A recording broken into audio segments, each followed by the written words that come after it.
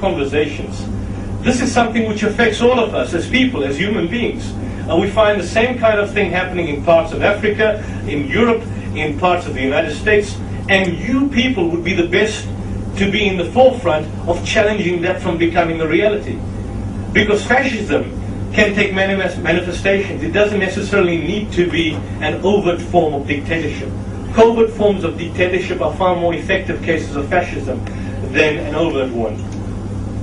And so you will be at the forefront of basically this chap, and I just threw in this picture. You probably heard of him. He was also one of the prodigies or one of the students of Strauss who were basically influencing. He's a chap called Henry Kissinger. You've heard of Henry Kissinger. There's something about them. They look like nose pickers, but Kissinger, if you look at his background and the wars and the struggles that took place in Cambodia, where he's wanted for war crimes, and certainly the Hague basically also wanting to have him tried. But these are the kind of individuals that are holding the mantles of power. In South Africa, we had someone called Jacob Zuma. He was liable for tried in a court of law for rape. There were allegations of corruption against him, and he's now president. If you look at the policies being enacted by the South African government, a neoliberal policy, poverty has exacerbated over the past 10 years. Since the advent of democracy, there's been more people evicted now than at the heights of apartheid. So that begs the question, what are we doing? How are we changing society? How are we using the ethical paradigm that is found in Christian values and in Islamic values to reshape and mold society accordingly? Because secular society doesn't care whether you have your churches or whether you build your mosques or whether you build your temples. They can accept a position of relativism. It's when we want to shape society, when we want to really challenge the injustices affecting us. If, for example, one has to leave the house and one goes to the mosque and prays and comes back, and you see yourself in a society which is enmeshed in pollution and injustice, and you do nothing about it, then what have you achieved? Because part of the spiritual quest in Islam, and I would assume in Christianity, is to confront the injustices in society. Part of the spiritual quest would be to tackle what we see around us. What would Jesus have done if he was here today?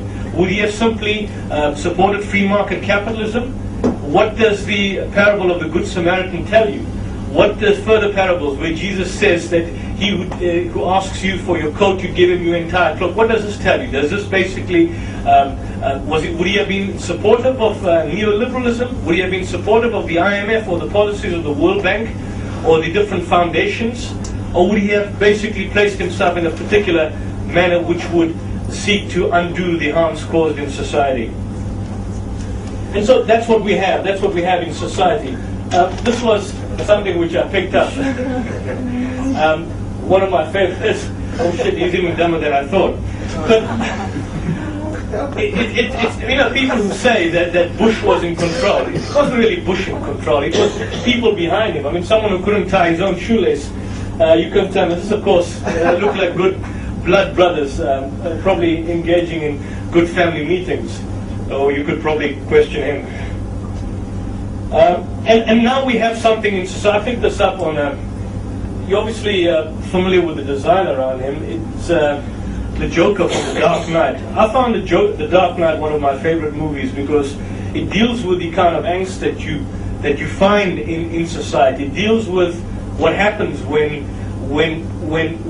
chaos shapes society. When for example, you have an individual like the Joker writ large to cause that chaos and arising out of a particular context. He comes from a context where there's corruption, where there's, for example, an established order that basically dictates how society should be. And interestingly enough, the more that you have violence which is being perpetrated by the Batman, the violence basically increases. So there's more violence that takes place all the time. So can violence curb violence, or do you need some other alternative? But that basically raises a number of questions. That the fact that Barack Obama is in power doesn't necessarily mean that you'd necessarily have a change in government. The fact that Jacob Zuma replaced Thabo Mbeki doesn't necessarily mean that the policies enacted would be different. It could sometimes be a continuation of the same policies. Sometimes the powers that be are essentially the same. People like Zbigniew Brzezinski, who was a mentor of Osama bin Laden in the 1970s, late 78, when he created those training camps of the Mujahideen, one of the prime backers behind Barack Obama in the recent election. This is quite interesting. Dad, I'm considering a career in organized crime. The father says government or private sector. And that's essentially what some people see about politics and politicians in general. They say that politics might not be the oldest profession, but the results are essentially the same.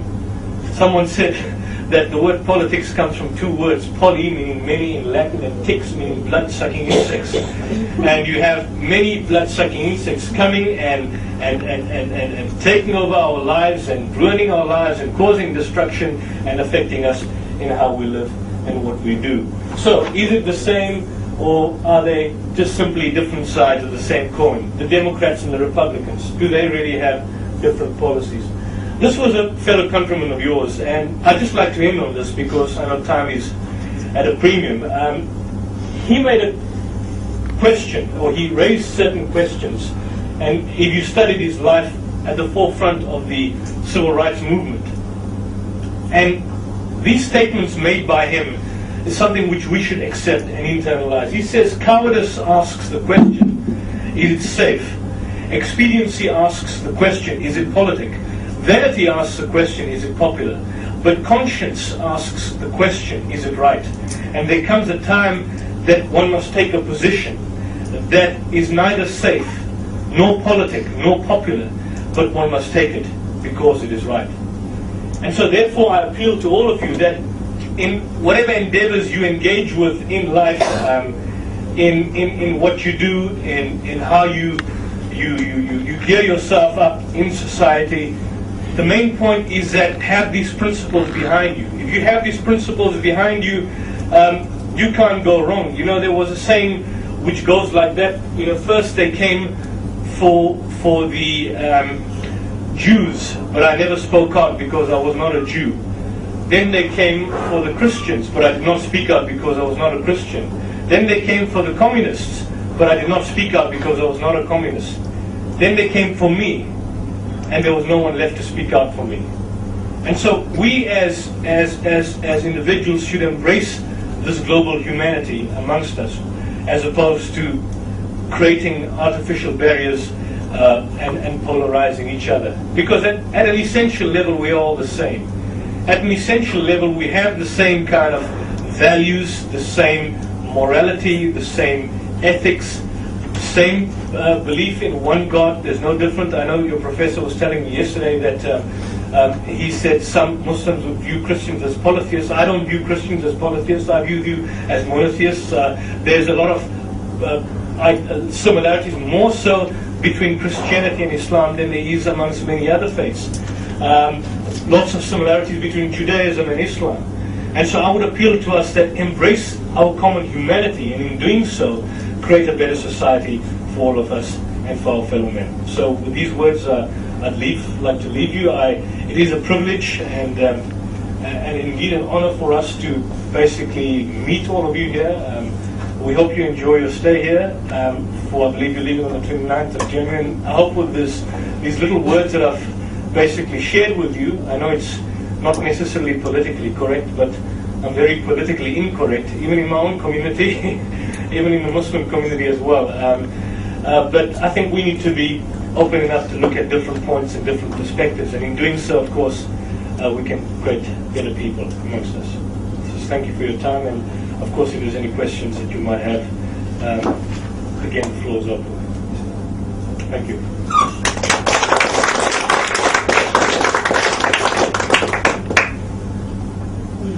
I don't know, Sister Shanaz, if you want to say a few words, you're also free to say anything.